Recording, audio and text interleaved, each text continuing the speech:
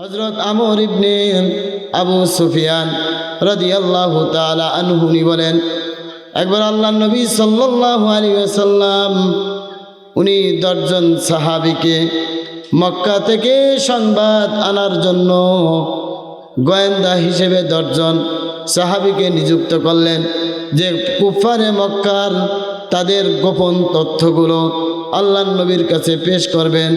তো আল্লাহর নবী সাল্লাল্লাহু আলাইহি ওয়াসাল্লাম উনি 10 জন সাহাবীকে নিযুক্ত করলেন। এই 10 জন সাহাবীর মধ্যে আমির নিযুক্ত করলেন আসিম ইবনে সামিত রাদিয়াল্লাহু তাআলা আনহুকে। হযরত আসিম ইবনে সামিত রাদিয়াল্লাহু তাআলা আনহু বলেন, আমরা যখন মক্কা এবং উসফান নামক পাহাড়ের নিকটবর্তী হলাম, এমত অবস্থায় মক্কার কাফেরদের কাছে একটা সংবাদ যায় যে সাহাবে কিরাম অমুক জায়গা আমাদের গোপন তথ্য নেওয়ার জন্য সেখানে গিয়েছে। তখন মক্কার কিছু লোকেরা তারা তাদের 200 তীরন্দাজ ব্যক্তিদেরকে, মানে যারা যুদ্ধ করতে পারে, এবং 200 তীরন্দাজ কুফারে মক্কার শক্তিশালী ব্যক্তিদেরকে এই মুসলমানদেরকে ধরার জন্য প্রেরণ করলেন। তো সাহাবে কিরাম যখন এই উসফান এবং মক্কা এর মধ্যবর্তী একটা স্থান যেটাকে বলা হয় হাদিয়াত, এখানে যাওয়ার পরে মক্কার কিছু লোকেরা তাদের কাছে সংবাদ আসে যে অমুক জায়গায় সাহাবে কিরামরা আমাদের গোপন তথ্য জানার জন্য তারা এসেছে। তখন এই মক্কার 200 তীরন্দাজ ব্যক্তি, মানে যারা তীর নিক্ষেপ করতে পারে, এদেরকে প্রেরণ করলেন এই সাহাবীদেরকে আটক করার জন্য। তখন সাহাবে কিরাম উনরা যখন এই যে উসফান এবং মক্কার মাঝখানে যে জায়গাটা হাদিয়াত এখানে অবস্থান করলেন, তখন উনরা ওই জায়গায় বসে মক্কা থেকে যে কিছু খেজুর নিয়ে এসেছিলেন মদিনা থেকে, এই খেজুরগুলা উনরা ওখানে বসে খেলেন। খাওয়ার পরে এই খেজুরের হাঁটিগুলো ওখানে ফেলে দিলেন। তো এই যে 200 তীরন্দাজ ব্যক্তি তারা এসে দেখলেন যে এখানে কিছু খেজুরের হাঁটি পড়ে আছে, এবং এই হাঁটি দ্বারা তারা বুঝতে পারলেন এই খেজুর হলো মদিনার খেজুর। এখন সাহাবে কিরাম কোথায় থেকে গিয়েছেন? মদিনা থেকে গিয়েছেন। তো উনরা বুঝতে পারলেন যে সাহাবে কিরাম আশেপাশে কোথাও আছেন। তো তারা এই খেজুরের হাঁটির ওই পদচিহ্ন লক্ষ্য করে যে দিকে রাস্তায় গিয়েছেন ওই দিকে তারা হাঁটতে থাকলেন। হাঁটার পরে তারা সাহাবে কিরামদেরকে পেয়ে গেলেন। ঠিক এমতো অবস্থায় সাহাবে কিরাম উনরা বুঝতে পারলেন যে আমাদের শত্রুপক্ষ আমাদের পিছনে আমাদেরকে লক্ষ্য করতেছে। তো সাহাবে কিরাম একটা পাহাড়ের উপর উঠে গেলেন নিজেদের জীবন রক্ষা করার জন্য। তো পাহাড়ের উপরে উঠার পরে এই কুফারে মক্কার যে 200 তীরন্দাজ তারা চতুর্দিক দিয়ে ঘিরে ফেললেন। ঘিরে ফেলে মুসলমানদেরকে বলতেছেন সাহাবীদেরকে যে তোমরা পাহাড় থেকে নেমে আসো, আমরা তোমরা সচ্চায় বন্দিত্ব গ্রহণ করো, আমরা তোমাকে ছেড়ে দিব, আমরা তোমাদেরকে আটক করব না, কি জন্য এসেছো এটা জিজ্ঞাসা করে তোমাদেরকে ছেড়ে দিব। তো সাহাবে কিরাম উনরা চিন্তা করলেন, হযরত আসিম ইবনে সামিত রাদিয়াল্লাহু তাআলা আনহু উনি ছিলেন এই সাহাবীদের মধ্যে, উনি ছিলেন নেতা বা সর্দার ছিলেন, বা উনি ছিলেন ওই দলের 10 জন সাহাবী দলের কমান্ডার। তো উনি চিন্তা করলেন যে আমরা কুফারে মক্কা কাফেরদের সাথে আমাদের কোনো সমঝোতা হবে না, বা কাফেরদের নিরাপত্তায় যদি আমরা নেমে আসি তারা বিশ্বাস অঙ্গীকার ভঙ্গ করবেন। তো আসিম ইবনে সামিত রাদিয়াল্লাহু তাআলা আনহু উনি আল্লাহ তাআলার কাছে ফরিয়াদ করে বললেন যে রব্বে কারীম, এই যে আমরা বিপদের সম্মুখীন হয়েছে, আল্লাহ নবী আমাদেরকে পাঠিয়েছিলেন, এই যে আমরা বিপদে পড়েছি, সুতরাং আপনি আপনার হাবিব সাল্লাল্লাহু আলাইহি ওয়াসাল্লামকে আমাদের এই আটক হওয়ার বিষয়টা জানিয়ে দেন। তো আল্লাহ তাআলা কুদরতিভাবে আল্লাহ নবী সাল্লাল্লাহু আলাইহি ওয়াসাল্লামকে জানিয়ে দিলেন। তো এখন হযরত আসিম ইবনে সামিত রাদিয়াল্লাহু তাআলা আনহুনি বললেন যে বেঈমান কাফের ইহুদি খ্রিস্টানদের প্রতিশ্রুতিতে আমরা এই পাহাড় থেকে নিচে নেমে আসব না। তখন এই তীরন্দাজ কুফফারে মক্কার এই কাফের মুশরিকেরা সাহাবীদেরকে তীর নিক্ষেপ করলেন। তীর নিক্ষেপ করার পর 7 জন সাহাবীকে শহীদ করে দিলেন। তো মুহতারাম হাজিরিন, আপনাদের সামনে আমি কোরআনে কারীমের 3 নম্বর পারার 13 নম্বর পৃষ্ঠার 3 নম্বর সূরা আলে ইমরান এর 31 নম্বর আয়াতে কারিমা তিলাওয়াত করেছি। তা আল্লাহ তাআলা, আমরা সবাই আল্লাহকে ভালোবাসতে চাই কি না? আজকের এই ওয়াজ মাহফিলের মূল কারণ কি? আমাদের লক্ষ্য উদ্দেশ্য হলো আল্লাহ এবং আল্লাহ রাসূলকে রাজি খুশি করা, ঠিক কি না? কাকে রাজি খুশি করা? আল্লাহ এবং আল্লাহ রাসূলকে। তো আপনাদের সামনে যে আয়াতে কারিমা তিলাওয়াত করছি, এখানে আল্লাহ তাআলা আমাদের প্রত্যেকটা মুমিনের একটা লক্ষ্য উদ্দেশ্য হলো যারা মুমিন তাদের, বা যারা ঈমানদার, বা আমরা যারা আখিরাতে বিশ্বাসী, আমরা যারা হাসরে বিশ্বাসী, আমরা যারা ফুল সিরাত জান্নাত জাহান্নামে বিশ্বাসী, তাদের প্রত্যেকের একটা লক্ষ্য উদ্দেশ্য হলো আল্লাহকে রাজি খুশি করা। এই যে আমরা কুশডাঙ্গা পশ্চিমপাড়া জামে মসজিদের ও ইসলামী যুব সমাজের উদ্যোগে আজকে এই মাহফিল করার উদ্দেশ্য আল্লাহকে রাজি খুশি করা। এখানে আপনারা যারা ওয়াজ শুনতে এসেছেন, আপনাদের উদ্দেশ্য কাকে খুশি করা? আল্লাহকে রাজি খুশি করা। এখন এখানে যারা ওয়াজ করবেন তাদের উদ্দেশ্য আল্লাহকে রাজি খুশি করা। তা এখন প্রত্যেকটা মানুষের দাবি আমরা আল্লাহকে ভালোবাসি। খ্রিস্টান তাদের দাবি যে আমরা আল্লাহকে ভালোবাসি। ইহুদি যারা তাদেরও দাবি যে আমরা আল্লাহকে ভালোবাসি। এমনিভাবে মুসলমান তাদেরও দাবি যে আমরা এক আল্লাহকে ভালোবাসি। এখন আল্লাহকে ভালোবাসার মাপকাঠি কি? সূরা আলে ইমরানের 31 নম্বর আয়াতে আল্লাহ তাআলা সেটাই জানিয়ে দিচ্ছেন যে আল্লাহকে ভালোবাসার মাপকাঠি হলো আল্লাহ নবী সাল্লাল্লাহু আলাইহি ওয়াসাল্লামকে পরিপূর্ণ অনুকরণ করা। আল্লাহ এবং আল্লাহ রাসূলকে ভালোবাসা, এটা প্রতিটা মুসলমানের একটা অবিচ্ছেদ্য অঙ্গ।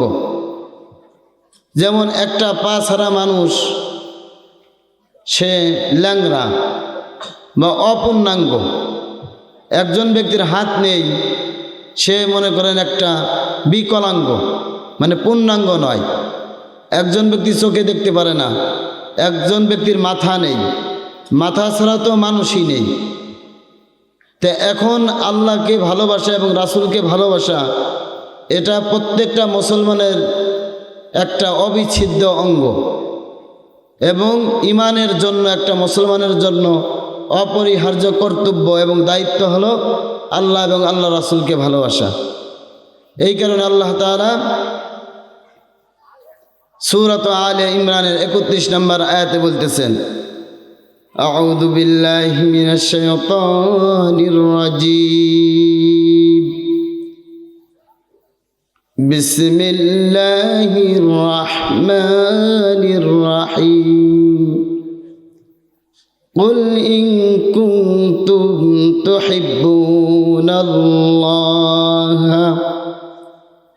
فاتبعوني يحببكم الله ويغفر لكم ذنوبكم والله غفور رحيم। মুহতারাম হাজিরিন, এই যে আমি আপনাদের সামনে কোরআনে কারীমের 3 নম্বর পারার 13 নম্বর পৃষ্ঠার সূরা আলে ইমরানের 31 নম্বর আয়াতে কারিমা তিলাওয়াত করলাম। এখানে আল্লাহ তাআলা এই 31 নম্বর আয়াতে কারিমা নাজিল করে বলতেছেন, ওগো নবীজি, আপনি দুনিয়ার মানুষদেরকে জানিয়ে দেন, ইহুদি তাদেরও দাবি তারা আল্লাহকে ভালোবাসে, খ্রিস্টান তাদেরও দাবি তারা আল্লাহকে ভালোবাসেন, মুসলমানদের দাবি তারা আল্লাহকে ভালোবাসেন। এখন আল্লাহ বলেন ফাত্তাবিউনি ইউহিব্বুকুমুল্লাহ। ওগো নবীজি, আপনি দুনিয়ার মানুষদেরকে জানাইয়া দেন, কুল ইন কুনতুম তুহিব্বুনাল্লাহ। হে দুনিয়ার মানুষেরা রে, তোমরা যদি বলো আমরা আল্লাহকে ভালোবাসি, তাহলে নবী আপনি দুনিয়ার মানুষদেরকে জানাইয়া দেন, ফাত্তাবিউনি, তোমরা যেন আমি নবীর অনুকরণ করো। মুহতারাম হাজিরিন, নবীর অনুকরণ করলে লাভ কি? আল্লাহ তাআলা আয়াতে কারিমার পরের অংশ বলেন ইউহিব্বুকুমুল্লাহ। এই যে আমরা যে বলেছিলাম আমরা আল্লাহকে ভালোবাসি, আল্লাহ বলেন ফাত্তাবিউনি, নবী আপনি দুনিয়ার মানুষদেরকে বলে দেন, তোমরা যদি আমাকে ভালোবাসতে চাও তাহলে আমি নবীর অনুকরণ করো। মুহতারাম হাজিরিন, নবীর অনুকরণ করলে লাভ কি? আল্লাহ বলেন ইউহিব্বুকুমুল্লাহ। হে দুনিয়ার মানুষেরা রে, আমিও তোমাদেরকে ভালোবাসবো। ওয়াগফির লাকুম যুনুবাকুম। আয়াতের পরের অংশে আল্লাহ সুবহানাহু ওয়া তাআলা বলেন ইউহিব্বুকুমুল্লাহ ওয়া ইয়াগফির লাকুম, আমি তোমাদের গুনাহ খাতাগুলো মাফ করে দিব। মুহতারাম হাজিরিন, শুধু কি আল্লাহ গুনাহ খাতাগুলো মাফ করবেন না, বরং আল্লাহ বলেন ওয়া ইয়াগফির লাকুম যুনুবাকুম ওয়াল্লাহু গফুরুর রহিম। আল্লাহ বড় ক্ষমাশীল এবং দয়াবান। মুহতারাম হাজিরিন, তাহলে আল্লাহর নবীকে অনুকরণ করা আল্লাহকে ভালোবাসার মাপকাঠি। আর আল্লাহর নবী সাল্লাল্লাহু আলাইহি ওয়াসাল্লাম তিনি বলেন মান আহাব্বা সুন্নতি ফাকাদ আহাব্বানি ওয়া মান আহাব্বানি কানা মাই ফিল জান্নাহ। মান আহাব্বা সুন্নতি, আল্লাহর নবী বলেন যে আমার সুন্নাতকে ভালোবাসলো, ফাকাদ আহাব্বানি, সে যেন আমি নবীকেই ভালোবাসলো। ওয়া মান আহাব্বানি, আর যে নবী মুহাম্মদ আরবি সাল্লাল্লাহু আলাইহি ওয়াসাল্লামকে ভালোবাসলো, সরকারে দু আলম নবী বলেন কানা মাই ফিল জান্নাহ, সে আমার সাথে জান্নাতে থাকবেন। আল্লাহ নবী সাল্লাল্লাহু আলাইহি ওয়াসাল্লাম বুখারী শরীফে, ইমাম বুখারী রাহমাতুল্লাহি আলাইহি যারা মাদ্রাসার লাইনে লেখাপড়া করেছেন বা যারা দাওরা হাদিস পড়েছেন তারা বুঝবেন তরজমাতুল বাব কাকে বলা হয়। ইমাম বুখারী রাহমাতুল্লাহি আলাইহি কোরআনে কারিমের পর সব থেকে বিশুদ্ধতম হাদিসের কিতাব হলো বুখারী শরীফ। এই বুখারী শরীফে ইমাম বুখারী রাহমাতুল্লাহি আলাইহি উনি তরজমাতুল বাব কায়েম করেছেন হুব্বুর রাসূলি মিনাল ঈমান। আল্লাহর নবীকে ভালোবাসা প্রত্যেকটা মুমিনের, প্রত্যেকটা মুসলমানের জন্য অপরিহার্য কর্তব্য। বা আল্লাহর নবীকে ভালোবাসা প্রত্যেকটা মুসলমানের ঈমানি দায়িত্ব। উনি বাপ কায়েম করেছেন হুব্বুর রাসূলি মিনাল ঈমান। আল্লাহর নবীকে ভালোবাসা ঈমানের একটা অঙ্গ। আর হাদিসে এনেছেন লা ইউমিনু আহাদুকুম হাত্তা আকুনা আহাব্বা ইলাইহি মিন ওয়ালিদিহি ওয়া ওয়ালাদিহি ওয়ান নাসি আজমাইন। আল্লাহর নবী সরকারে দু আলম নবী মুহাম্মদ আরবি সাল্লাল্লাহু আলাইহি ওয়াসাল্লাম হাদিস শরীফে ইরশাদ করেন লা ইউমিনু আহাদুকুম, তোমাদের মধ্যে কেউ পরিপূর্ণ ইমানদার হতে পারবে না হাত্তা আকুনা আহাব্বা ইলাইহি, যতক্ষণ না পর্যন্ত সে ভালো না বাসবে ওয়ালিদিহি, নিজের জন্মদাতা পিতা মাতা থেকেও আল্লাহর নবীকে বেশি ভালো না বসবে ওয়ালাদিহি ওয়ান্নাসি আজমাইন। আল্লাহর নবী সাল্লাল্লাহু আলাইহি ওয়াসাল্লাম বলে, প্রত্যেকটা মুসলমান ততক্ষণ পর্যন্ত পরিপূর্ণ ইমানদার হতে পারবে না, পরিপূর্ণ মুত্তাকি হতে পারবে না, প্রকৃত মুসলমান হতে পারবে না, যতক্ষণ না পর্যন্ত সে তার পিতা মাতা থেকে আমাকে বেশি ভালো না বাসবে। এমনকি শুধু পিতা মাতা নয়, নিজের জন্ম দেওয়া ছেলে সন্তান সন্ততিও থেকেও আল্লাহর নবীকে বেশি ভালোবাসতে হবে। আল্লাহর নবী সাল্লাল্লাহু আলাইহি ওয়াসাল্লাম হাদিসের পরের অংশ বলে, ওয়ালাদিহি ওয়ান্নাসি আজমাইন। হে দুনিয়ার মুসলমানেরা, শুধু কি নিজের পিতামাতা নিজের সন্তান সন্ততি থেকে আল্লাহর নবীকে বেশি মহব্বত করতে হবে না, বরং ওয়ান্নাসি আজমাইন, পৃথিবীর যত মানুষ আছে, আমার দলের নেতা বলেন, আমার দলের নেত্রী বলেন, এমনকি পৃথিবীর সমস্ত মানুষ থেকে আল্লাহর নবীকে সব থেকে বেশি ভালোবাসতে হবে। মুহতারাম হাজিরিন, আল্লাহর নবীকে ভালোবেসেছিলেন সাহাবে কিরাম।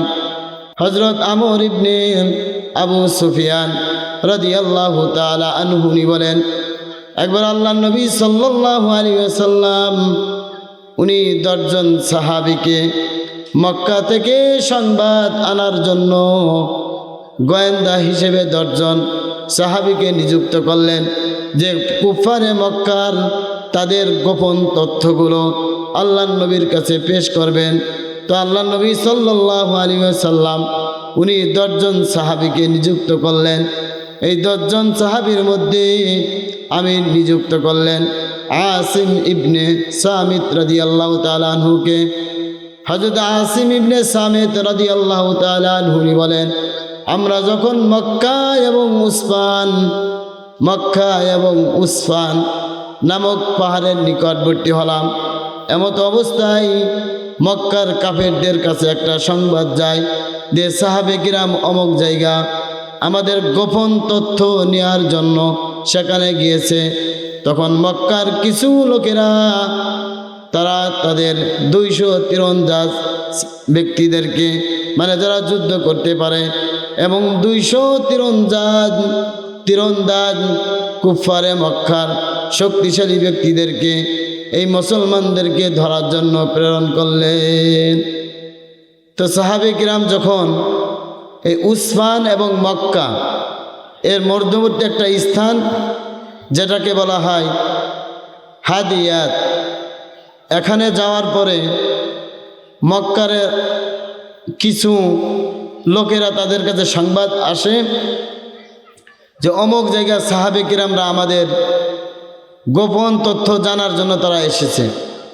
তখন এই মক্কার 200 তীরন্দাজ ব্যক্তি, মানে যারা তীর নিক্ষেপ করতে পারে, এদেরকে প্রেরণ করলেন এই সাহাবীদেরকে আটক করার জন্য। তখন সাহাবে কিরাম উনরা যখন এই যে উসফান এবং মক্কার মাঝখানে যে জায়গাটা হাদিয়াত এখানে অবস্থান করলেন, তখন ওনারা ওই জায়গায় বসে মক্কা থেকে যে কিছু খেজুর নিয়ে এসেছিলেন মদিনা থেকে, এই খেজুরগুলা ওনারা ওখানে বসে খেলেন। খাওয়ার পরে এই খেজুরের হাঁটিগুলো ওখানে ফেলে দিলেন। তো এই যে 200 তীরন্দাজ ব্যক্তি তারা এসে দেখলেন যে এখানে কিছু খেজুরের হাঁটি পড়ে আছে, এবং এই হাঁটি দ্বারা তারা বুঝতে পারলেন এই খেজুর হলো মদিনার খেজুর। এখন সাহাবে কিরাম কোথায় থেকে গিয়েছেন? মদিনা থেকে গিয়েছেন। তো ওনারা বুঝতে পারলেন যে সাহাবে কিরাম আশেপাশে কোথাও আছেন। তো তারা এই খেজুরের হাঁটির ওই পদচিহ্ন লক্ষ্য করে যে দিকে রাস্তায় গিয়েছেন ওই দিকে তারা হাঁটতে থাকলেন। হাঁটার পরে তারা সাহাবে কিরামদেরকে পেয়ে গেলেন। ঠিক এমতো অবস্থায় সাহাবে কিরাম ওনারা বুঝতে পারলেন যে আমাদের শত্রুপক্ষ আমাদের পিছনে আমাদেরকে লক্ষ্য করতেছেন। তো সাহাবে কিরাম একটা পাহাড়ের উপর উঠে গেলেন নিজেদের জীবন রক্ষা করার জন্য। তো পাহাড়ের উপরে উঠার পরে এই কুফারে মক্কার যে 200 তীরন্দাজ তারা চতুর্দিক দিয়ে ঘিরে ফেললেন। ঘিরে ফেলে মুসলমানদেরকে বলতেছেন, সাহাবীদেরকে, যে তোমরা পাহাড় থেকে নেমে আসো, আমরা তোমরা সচ্চায় বন্দিত্ব গ্রহণ করো, আমরা তোমাকে ছেড়ে দিব, আমরা তোমাদেরকে আটক করব না, কি জন্য এসেছো এটা জিজ্ঞাসা করে তোমাদেরকে ছেড়ে দিব। তো সাহাবে কিরাম উনারা চিন্তা করলেন, হযরত আসিম ইবনে সামেদ রাদিয়াল্লাহু তাআলা আনহু, উনি ছিলেন এই সাহাবীদের মধ্যে, উনি ছিলেন নেতা বা সর্দার ছিলেন, বা উনি ছিলেন ওই দলের 10 জন সাহাবী দলের কমান্ডার। তো উনি চিন্তা করলেন যে আমরা কুফারে মক্কা, কাফেরদের সাথে আমাদের কোনো সমঝোতা হবে না, বা কাফেরদের নিরাপত্তায় যদি আমরা নেমে আসি তারা বিশ্বাস অঙ্গীকার ভঙ্গ করবেন। তো আসিম ইবনে সামিত রাদিয়াল্লাহু তাআলা আনহু উনি আল্লাহ তাআলার কাছে ফরিয়াদ করে বললেন যে রব্বে কারীম, এই যে আমরা বিপদের সম্মুখীন হয়েছে, আল্লাহ নবী আমাদেরকে পাঠিয়েছিলেন, এই যে আমরা বিপদে পড়েছি, সুতরাং আপনি আপনার হাবিব সাল্লাল্লাহু আলাইহি ওয়াসাল্লামকে আমাদের এই আটক হওয়ার বিষয়টা জানিয়ে দেন। তো আল্লাহ তাআলা কুদরতিভাবে আল্লাহ নবী সাল্লাল্লাহু আলাইহি ওয়াসাল্লামকে জানিয়ে দিলেন। তো এখন হযরত আসিম ইবনে সামিত রাদিয়াল্লাহু তাআলা আনহুনি বললেন যে বেঈমান কাফের ইহুদি খ্রিস্টানদের প্রতিশ্রুতিতে আমরা এই পাহাড় থেকে নিচে নেমে আসব না। তখন এই তীরন্দাজ কুফারে মক্কার এই কাফের মুশরিকেরা সাহাবীদেরকে তীর নিক্ষেপ করলেন। তীর নিক্ষেপ করার পর 7 জন সাহাবীকে শহীদ করে দিলেন। বাকি থাকলো 3 জন সাহাবী, হযরত খুবাইব ইবনে আদি রাদিয়াল্লাহু তাআলা আন এবং হযরত যায়েদ ইবনে দাসিনা রাদিয়াল্লাহু তাআলা আন, এবং অপর আরেক ব্যক্তি সাহাবী। তো এখন হযরত খুবাইব রাদিয়াল্লাহু তাআলাকে বলতেছে, তোমরা 3 জনই নিচে নেমে আসো, দেখো তোমাদের 7 জনকে মেরে ফেলেছি, বাকি আছেন যে তোমরা কি জন্য এসেছো। তখন বললেন যে আল্লাহ নবী আমাদেরকে প্রেরণ করেছেন। তো এই কথা বলার সাথে সাথেই ওই কাফেররা তাদের এই ধনুকের তীর খুলে, তীরের রশি খুলে তাদেরকে বেঁধে ফেললেন। তখন 3য় জন বললেন যে নামার সাথে সাথেই আমাদের সাথে তোমরা বিশ্বাসঘাতকতা করলে, তোমরা বললে যে আমাদেরকে বন্দি করবে না, আর এখন বন্দি করে ফেললে। তখন এই 3 জনকে তারা মক্কায় নিয়ে যাবে। তখন 3য় জন এই সাহাবী উনি বলতেছেন যে আমি তোমাদের সাথে যাব না। কয় তাহলে তুমি কোথায় যাইবা? কয় আমার আগে যে 7 জন ব্যক্তি যেখানে গিয়েছে, অর্থাৎ শাহাদত বরণ করেছেন, মৃত্যুর শরাব পান করে, মৃত্যুর পানি পান করে তারা আল্লাহ তাআলার কাছে পরপরে জান্নাতের মেহমান হয়ে গেছে, তোমরা আমাকে মক্কায় নিয়ে যেতে পারবে না। আমার আগে আমার 7 ভাই যেখানে গিয়েছে, সুতরাং আমি সেখানে যাব, অর্থাৎ আমাকে তোমরা মেরে ফেলো। তখন এই সাহাবীকেও মেরে ফেললেন। বাকি থাকলেন হযরত খুবাইব ইবনে আদি রাদিয়াল্লাহু তাআলা আন এবং হযরত যায়েদ ইবনে দাসিনা রাদিয়াল্লাহু তাআলা আন। তো এরা এই 2 জন সাহাবীকে মক্কায় নিয়ে এসেছে। আনার পরে বলতেছেন এই 2 জনকে মক্কার বাজারে বিক্রি করব। এরা মুসলমান, আমাদের শত্রু, নবী মুহাম্মাদের সাহাবী, এদেরকে বিক্রি করে দিব, কে কে কিনবা। তখন এই যে ঘটনা, এই ঘটনাটা হচ্ছে বদর যুদ্ধের পরের ঘটনা। আমরা সবাই জানি না বদর যুদ্ধের ঘটনা, এখন এই বদর যুদ্ধের পরের ঘটনা। তো এই খুবাইব রাদিয়াল্লাহু তাআলা ওনার নেতৃত্বে বদর যুদ্ধে উনি একজন হারেস ইবনে আমের, মানে হারেস নামে একজন ব্যক্তিকে উনি হত্যা করেছিলেন। কে হত্যা করেছিলেন? এই খুবাইব রাদিয়াল্লাহু তাআলা আন।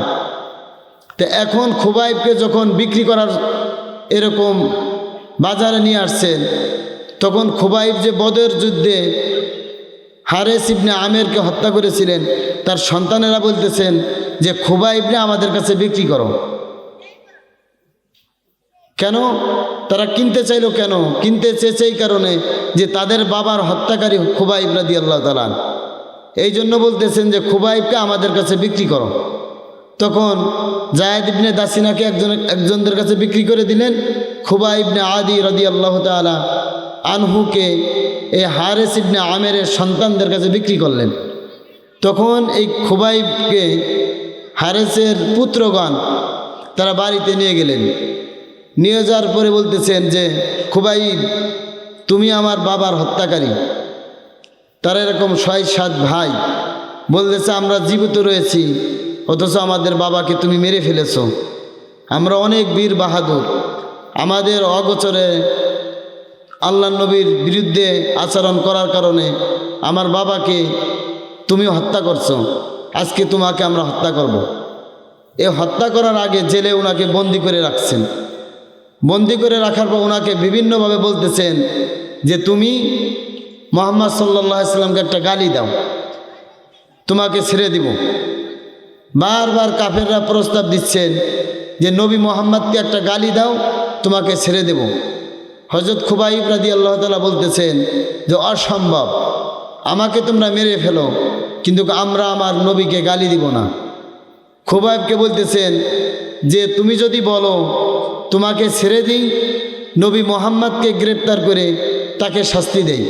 খুবাইব রাদিয়াল্লাহু তাআলা বলতেছেন অসম্ভব, আমাকে তোমরা মেরে ফেলো কিন্তু আল্লাহর নবীকে মারার ব্যাপারে। এমনকি খুবাইবকে বলছিলেন যে তুমি মদিনার যে মদিনায় নবী মুহাম্মদ সাল্লাল্লাহু আলাইহি ওয়াসাল্লাম বসবাস করে এই মদিনার দিকে তুমি থুতু নিক্ষেপ করো, তাহলে তোমাকে আমরা ছেড়ে দিব। তো খুবাইব রাদিয়াল্লাহু তাআলা অস্বীকার গেলেন। তখন খুবাইব রাদিয়াল্লাহু তাআলাকে জানানো হলো যে খুবাইব, তোমাকে আমরা অমুক দিন মেরে ফেলব, ফাঁসির কাস্টে উঠিয়ে তোমাকে মেরে ফেলব। তো খুবাইব রাদিয়াল্লাহু তাআলা উনি কোনো চিন্তিত হলেন না। তখন এই খুবাইব রাদিয়াল্লাহু তাআলা যখন জেলখানায় বন্দি, উনি বুঝতেছেন আগামীকাল আমাকে মেরে ফেলবে। মনে করেন আজকে সোমবার, খুবাইব রাদিয়াল্লাহু তাআলাকে বলা হলো যে মঙ্গলবার দিন দুপুরবেলা তোমার ফাঁসি হবে।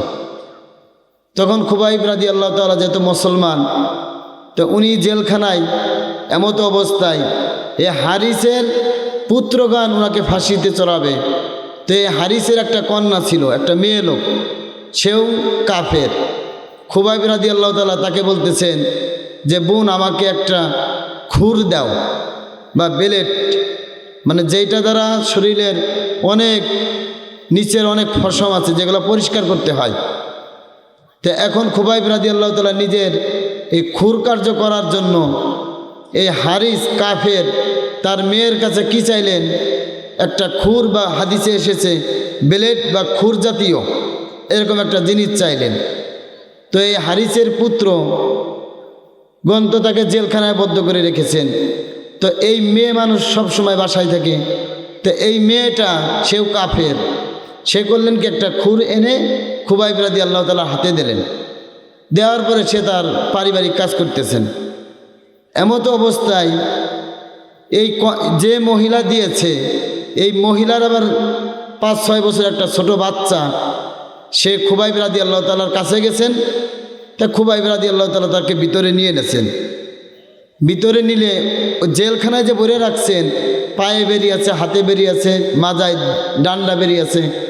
তো এই ছোটো বাচ্চাকে খুবাইব রাদিয়াল্লাহু তাআলা মানে দৌড়াদৌড়ি করতেছে। এমতো অবস্থায় খুবাইব রাদিয়াল্লাহু তাআলা ডাক দিয়েছেন। এই ছোট বাচ্চাটা যে খুবাইব রাদিয়াল্লাহু তাআলার কোলের উপর বসলেন, বসার উপর খুবাইব রাদিয়াল্লাহু তাআলা তাকে আদর করতেছেন। এমতো অবস্থায় খুবাইব রাদিয়াল্লাহু তাআলা হাতে কি খুর। তো এখন এই যে কাফের হারেসের কন্যা যখন দেখলেন তার ছোট বাচ্চাকে পাওয়া যাচ্ছে না, এসে দেখেন যে এই ছোট বাচ্চাটা জেলখানায় খুবাইব রাদিয়াল্লাহু তাআলার উরুর উপর বসা। তখন এই মহিলাটা ভয় পেয়ে গেলেন। কেন ভয় পেলেন? যে আগামীকাল খুবাইব মুসলমান, আল্লাহ নবীর সাহাবী হওয়ার কারণে তাকে আমরা ফাঁসির কাস্টে চড়িয়ে তাকে মৃত্যুবরণ দিব, আমাদের বাপের মৃত্যুর বা বাপের হত্যার বদলা নিব। তো এখন খুবাইব নিশ্চিত জানে কালকে আমরা তাকে মেরে ফেলবো, আজকে সে আমার বাচ্চাটাকে মেরে ফেলবে নিশ্চিত। তখন এই মহিলা সে ভয় পেয়ে গেল। তখন খুবাইব রাদিয়াল্লাহু তাআলা আনহু জিজ্ঞাসা করলেন মহিলার ভয়ের ছাপ যখন দেখলেন তখন খুবাইব রাদিয়াল্লাহু তাআলা বললেন যে দেখো মা, তুমি ভয় পেও না, আমি একত্ববাদের উপর বিশ্বাস স্থাপন করার কারণে নবী মুহাম্মদ সাল্লাল্লাহু আলাইহি ওয়াসাল্লামের দ্বীনের দাওয়াত প্রসার করতে যে আমি আজকে জেলখানায় কারারুদ্ধ হয়েছি। আল্লাহ নবী আমাকে মক্কায় প্রেরণ করেছিলেন দ্বীনের দাওয়াত দেওয়ার ক্ষেত্রে কাফেররা যে প্রতিবন্ধকতা সৃষ্টি করবে সেটার প্রতিবাদ স্বরূপ এবং তথ্য জানার জন্য আমি মক্কায় এসেছিলাম, তথ্য নেওয়ার জন্য। কিন্তু আমি দুর্ভাগ্যজনক আমি কাফেরদের হাতে গ্রেপ্তার হয়ে গেছি। তা এখন আমি মৃত্যুবরণ করব, আমাকে মৃত্যু তারা দিবে, সমস্যা নেই।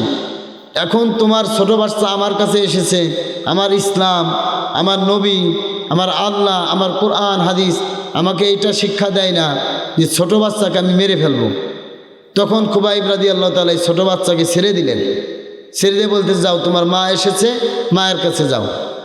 তখন এই খুবাইবের এই ঘটনা তখন এই কাফের মেয়ে হারিসের কন্যা সে বর্ণনা করতেছে, আল্লাহি, আল্লাহর কসম, যে খুবাইবের মতো এরকম উত্তম বন্দী আমি দেখি নাই। যে এত সুন্দর একজন ভালো ব্যক্তি যাকে আমরা কি করেছি, বন্দী করেছি। এই হারিসের কন্যা সে রেওয়ায়াত করেন, বুখারী সহ অন্যান্য হাদিসে এসেছেন, সে বলেন যে মক্কার ওই সিজনে এই যে খুবাইবকে যে বন্দী রাখা হয়েছিল অনেক দিন, তা ওই সিজনে কোনো ফল ছিল না মক্কায়।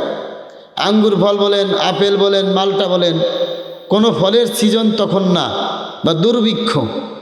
ওই মুহূর্তে এই কাফের মেয়ে বর্ণনা করতেছেন, হাদিসে এসেছেন যে আমি দেখেছি যে খুবাইবের হাতে আঙ্গুরের এরকম থলি, সুবহানাল্লাহ। পরে বলছেন যে অবশ্যই এটা খুবাইবের আল্লাহ প্রদত্ত রিজিক, মানে আল্লাহ তাআলা জান্নাত থেকে খাবার প্রেরণ করে দিয়েছেন কুদরতিভাবে ফেরেশতাদের মাধ্যমে, যে খুবাইবকে দাও। কি খাবার? আঙ্গুর ফল। এই খুবাইবের কে বন্দিনীর এই যে হারেসের মেয়ে কন্যা বলেন যে ওই সময় কিন্তু মক্কায় আমাদের আঙ্গুরের সিজন না, কিন্তু তখনও তাকে আমি আঙ্গুর খেতে দেখেছি। পরের দিন হযরত খুবাইব রাদিয়াল্লাহু তাআলা আনহুকে নিয়ে গেলেন হিল থেকে, হারাম থেকে হিল্লে নিয়ে গেলেন। মানে হারামের ভিতর কাউকে মারা নিষেধ, এটা কাফেররাও মানতেন, মারা যাবে না। যেমন মসজিদের ভিতর মানুষ যতই খারাপ হোক মারে না। আমরা মনে করি কারোর সাথে শত্রুতা, মনে করেন যার সাথে শত্রুতা সে নামাজে আসছে, এখন যত বড়ই খারাপ ব্যক্তি হোক সে কিন্তু এই নামাজ অবস্থায় তারা যে মারবে না, তারা অপেক্ষা করবে নামাজ পড়ে বের হোক, পরে বাহিরে আসলে মারব। তো এখন ওই মক্কা কাফেরদের একটা নিয়ম ছিল যে হেরেম শরীফের মাধ্যমে, হেরেম শরীফের যে জায়গাটা আছে এখানে কাউকে মারতো না। এমনকি কোনো চোর, কোনো ডাকাত, কোনো জিনাকারী, কোনো ব্যভিচারী এরা অপরাধ করে যদি হেরেমের ভিতর প্রবেশ করে, আল্লাহ নবী সাল্লাল্লাহু আলাইহি ওয়াসাল্লাম বলেন ওহুয়া আমানুন, সে নিরাপদ। এখন সে তো অপরাধী, তাকে কি দেওয়া উচিত? শাস্তি দেওয়া উচিত। এখন মাসলা হলো যে তাকে বের করে নিয়ে আসবে, না মেরে তাকে টেনে প্রশাসনিক যারা দায়িত্বে আছে তারা তাকে সুন্দরভাবে আদর ভালোবাসা দিয়ে বের করে নিয়ে আসবে। বের করে এনে এই হেরেম শরীফের বাহিরের যে জায়গা আছে সেখানে নিয়ে মারবে, বা তাকে সেখানে শাস্তি দেওয়া হবে। তো খুবাইব রাদিয়াল্লাহু তাআলা আনহুকে তারা এই হেরেম থেকে বের করে হিল্লে নিয়ে গেলেন। ওখানে নিয়ে বলতেছেন, খুবাইব, তোমাকে আমরা এখন মেরে ফেলব, তোমার কোনো আশা আছে নাকি? তখন খুবাইব রাদিয়াল্লাহু তাআলা আনহু উনি বললেন যে আমি 2 রাকাত নামাজ পড়তে চাই। তো উনি 2 রাকাত নামাজ পড়লেন। এই পৃথিবীর মধ্যে এটাই সর্বোত্তম নিয়ম, প্রথা, যে কোনো ফাঁসির আসামিকে যখন ফাঁসির কাস্টে উঠানো হবে 2-4-10 মিনিট আগে ওকে বলা হয় যে তোমার কোনো আশা আছে নাকি? অনেকে বলেন যে আমি আমার বাপ মার সাথে দেখা করতে চাই, আমি আমার পরিবার পরিজনের সাথে দেখা করতে চাই। তো ওই মুহূর্তে তাকে তার পরিবার পরিজনের সাথে অনেক সেফটিতে তাকে দেখানো হয়, তার পরিবার পরিজনের সাথে। তো হযরত খুবাইব রাদিয়াল্লাহু তাআলা এই যে 2 রাকাত নামাজ পড়লেন, এই নিয়মের পন্থাটা উনি জারি করে যান। দেখবেন যে কোনো মুসলমান ব্যক্তিকে যখন ফাঁসি দেওয়া হয়, এই যে ইতিপূর্বে যাদেরকে ফাঁসি দেওয়া হয়েছে মুসলমান, সন্ত্রাস হলেও সে বলে যে আমি 2 রাকাত নামাজ পড়ব, বা 2 রাকাত নামাজ পরে তাকে ফাঁসি দেওয়া হয়।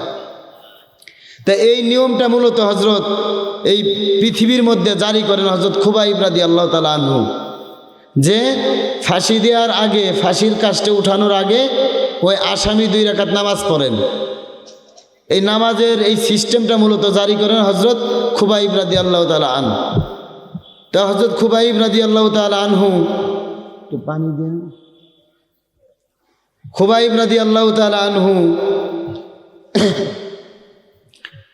উনি বললেন যে আমি 2 রাকাত নামাজ পড়ব। তা খুবাইব রাদিয়াল্লাহু তাআলা আনহু উনি যখন নামাজে দাঁড়ালেন, নামাজে দাঁড়ানোর পরে এই নামাজকে উনি মানে নামাজ শেষ হইলে উনাকে মেরে ফেলা হবে। তো খুবাইব রাদিয়াল্লাহু তাআলা যখন নামাজে দাঁড়ালেন, এই নামাজকে সংক্ষিপ্ত করলেন। তখন কাফেররা জিজ্ঞাসা করতেছেন, খুবাইব তুমি নামাজকে এত তাড়াহুড়া করে পড়লে কেন? তো খুবাইব রাদিয়াল্লাহু তাআলা যে কথাটা বলেছিল, ইতিহাসের পাতা এটাকে স্বর্ণ অক্ষরে লিপিবদ্ধ রয়েছে। খুবাইব রাদিয়াল্লাহু তাআলা আনহু বললেন যে আমি যখন নামাজে দাঁড়ালাম, এক আল্লাহ তাআলার একত্ববাদের সাক্ষী দিতে যখন নামাজে দাঁড়াইলাম, তখন নামাজ আমার কাছে অনেক মজা লাগতেছে, অনেক প্রিয় লাগতেছে, যে কিছুক্ষণ পরে আমি আমার আল্লাহর সান্নিধ্যে চলে যাব পরপারে, মানে আধা মিনিট পরে আমি মারা যাব নিশ্চিত, আল্লাহ তাআলার জান্নাতের মেহমানখানায় মেহমান হব। আর এখন আমি নামাজে দাঁড়াইছি, কিছুক্ষণ পরে আমি আল্লাহ তাআলার সাথে মিলিত হব। এর আগে যে নামাজের মাধ্যমে আমি আল্লাহ তাআলার সাথে মিলিত হচ্ছি, এটা আমার কাছে অনেক মজা লাগতেছে। কিন্তু আমার মনে যখন আসলো যে আমি যদি নামাজকে লম্বা করি, এই কাফের বেঈমান মুশরিকেরা মনে করবে যে খুবাইব আমাদের ভয়ে, মৃত্যুর ভয়ে সে নামাজকে লম্বা করতেছে, কেন নামাজ শেষ হলে মেরে ফেলা হবে। তো এই জন্য নামাজকে দীর্ঘায়িত করতেছে, সালাম ফিরালি ফাঁসি হয়ে যাবে। তো এখন আমার কাছে নামাজ অনেক মজা লাগতেছে, কিন্তু আমি নামাজকে ছেড়ে দিলাম, অতি তাড়াতাড়ি শেষ করে দিলাম। কেন শেষ করলাম? এই বেঈমানেরা মনে করতে পারে যে খুবাইব মৃত্যুর ভয়ে নামাজকে লম্বা করতেছে। তো এখন মুসলমানদের অপমান হবে, ইসলাম ধর্মের উপর কালিমা লেপন করা হবে, ইসলাম ধর্মের উপর মানুষ আঘাত হানবে যে মুসলমানরা কাফেরদের ভয়ে নামাজকে দীর্ঘায়িত করছে। যদিও নামাজ আমার কাছে মজা লাগতেছে, কিন্তু নামাজকে আমি সংক্ষিপ্ত এই কারণে করলাম যাতে বেঈমানেরা ইসলামকে খাটো করতে না পারে।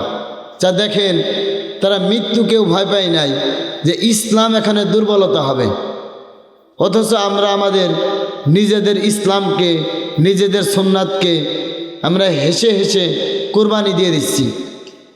আমাদের শাইখুল হিন্দ মাহমুদুল হাসান দেওবন্দি রহমতুল্লাহ আলাইকে যখন ইংরেজ ব্রিটিশরা ওনাকে গ্রেপ্তার করেন, তখন বাংলাদেশ, পাকিস্তান, ভারত এই 3 রাষ্ট্র মিলে একটা রাষ্ট্রেই ছিল।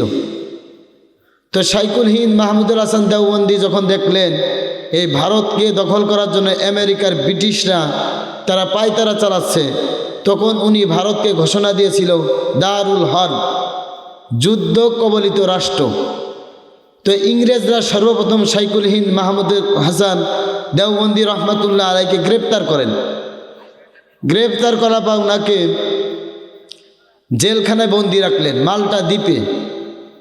ওনাকে ওখানে রাখার পরে এই শাইখুল হিন্দ মাহমুদুল হাসান দেওবন্দি রহমতুল্লাহ আলাই ওনাকে ইংরেজরা বিভিন্নভাবে ওনাকে লোভ দিচ্ছে যে তুমি এটা প্রস্তাব গ্রহণ করো, তাহলে তোমাকে আমরা ছেড়ে দিব।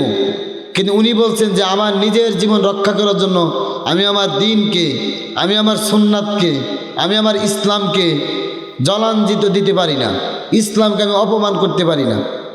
তা যে কথাটা বলা উদ্দেশ্য, ওনাকে বলতেছে তোমার মাথার থেকে পাগড়ি খোলো। এই ইংরেজ ব্রিটিশদের নেটো বাহিনীরা ওনাকে গ্রেপ্তার করার পরে জেলখানার মাল্টা দ্বীপে যখন ওনাকে প্রস্তাব দিলেন যে তোমার মাথার পাগড়ি খোলো, তখন শাইখুল হিন্দ মাহমুদুল হাসান দেওবন্দি উনি বললেন যে আমার কল্লা তোমরা কেটে নিতে পারবা, অর্থাৎ তোমাদের শক্তি আছে, তোমরা আমাকে মেরে ফেলতে পারবা, কিন্তু আমার মাথা থেকে আল্লাহ নবীর সুন্নাত পাগড়ি সরাইতে পারবা না। সুবহানাল্লাহ। উনি বললেন যে আমার মাথা তোমরা কেটে নিয়ে যেতে পারবে, আমার কল্লা তোমরা দ্বিখণ্ডিত করে নিতে পারবে, কিন্তু আমার মাথা থেকে তোমরা পাগড়ি নিতে পারবে না। তা দেখেন কতটা হিম্মত ছিল যে তাদেরকে বলতেছে যে তোমরা আমার কল্লা নিয়ে যাইতে পারবা, কিন্তু আমি আমার নবীর সুন্নাত পাগড়ি ছাড়তে রাজি না। তো শাইখুল হিন্দ মাহমুদুল হাসান দেওবন্দি দেখেন এখানে তারা নিজেদের জীবনকে বাজি রেখে কিভাবে দিনের জন্য কুরবানি করে দিয়েছেন। অথচ আমরা আজকে নবীজির সুন্নাত দাঁড়ি রাখি না। অথচ আমাদের পূর্ববর্তী যিনারা ছিলেন তারা দিনের জন্য কল্লা দিয়ে দিয়েছেন, মাথা দিয়ে দিয়েছেন, কিন্তু কি দেন নাই? পাগড়ি দেন নাই।